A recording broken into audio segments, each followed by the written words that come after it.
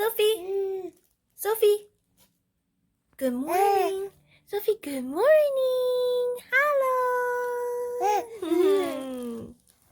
Hi. Sophie. Sophie, say hi. Hello. I wanted to do a video on what's been going on these days. I thought I would have more time doing videos on how I've been sleep training her, or my attempt to sleep train her, and do more videos on things that she's using and what's been working and what's not, and my experience with it, especially being a new mom. But that was a fail. Right now, I just decided I kind of wanted to share what's been going on with my life with an infant now, with Sophie. So basically, I've been going through pretty bad insomnia for the past few weeks. In the beginning, after I gave birth to her, it wasn't too bad. It was just pure exhaustion and hormones. But after the first couple months, I think I would say like month 4.5 or 5, I just haven't been really sleeping well. I think probably because after I wake up, or I got used to waking up in the middle of the night to feed her. And so because I got used to waking up in the middle of the night, my body got used to waking up. And oh, Sophie.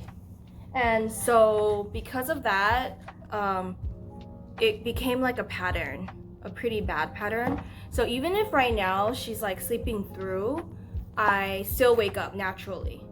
Whether to be like go to the bathroom, or like, oh my god, is she awake? Like, I just have a problem doing that.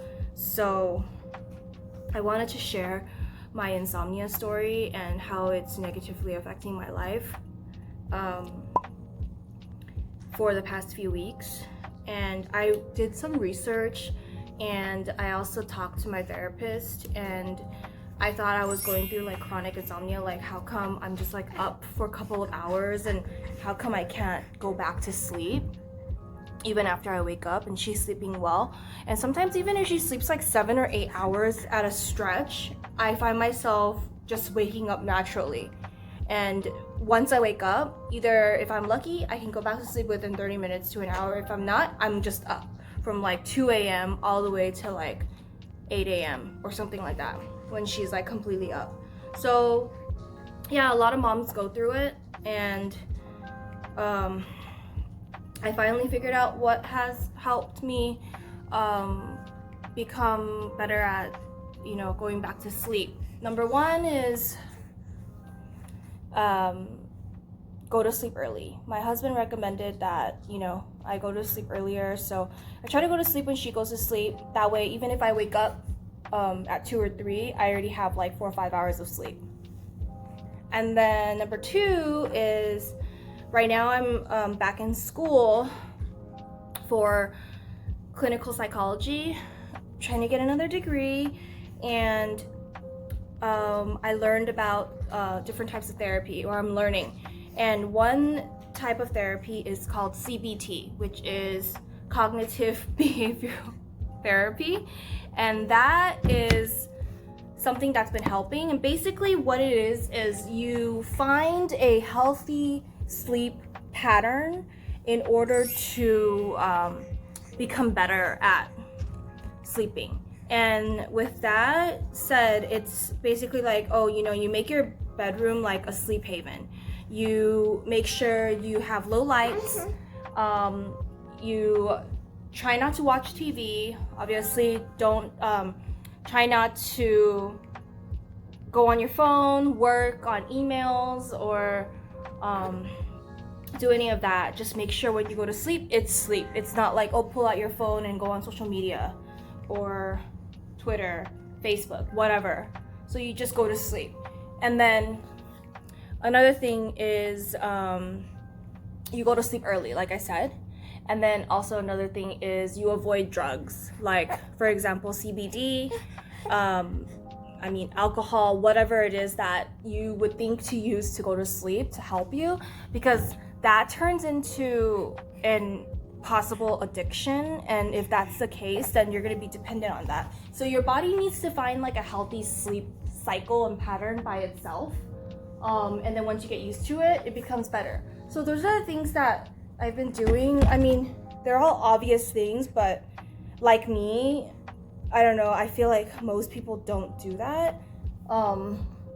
So I don't know, that's been helping for the past like maybe couple days.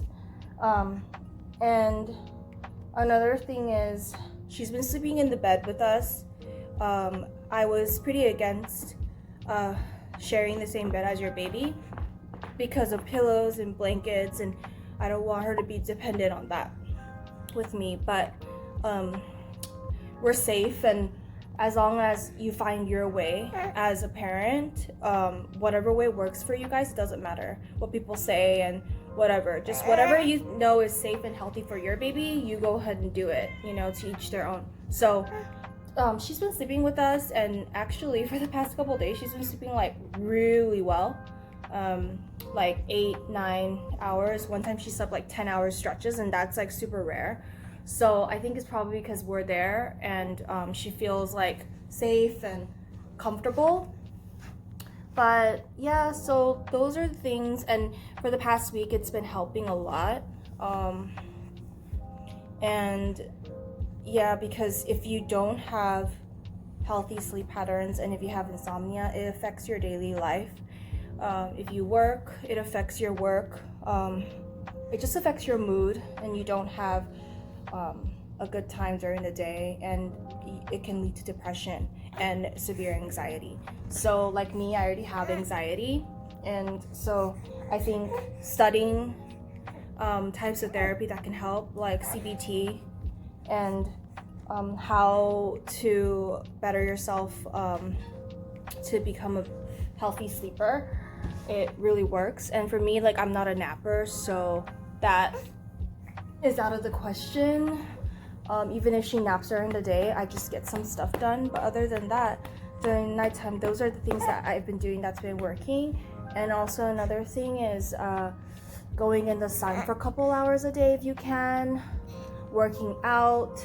To be honest, I don't have that much time to work out, or I'm just like lazy, but I've been doing like yoga before bed, and that's been helping because I'll stretch out everything, and that kind of just, you know, relaxes your body. And this is a fuzzball. Are you a fuzzball? Oh. I'm gonna change her diaper. But yeah, I just wanted to share my insomnia story, and I just wanted to say, like, self-care and insomnia is having self-care is very important to a healthy sleep pattern. And then also with having insomnia and anxiety and all this stress, you kind of have to find your way of how to manage it. So yeah, Sophie, today is not your day? Okay, today is not her day, but we say bye-bye. Sophie, look at the camera. We say bye-bye. Hi. We go, ooh. Oh.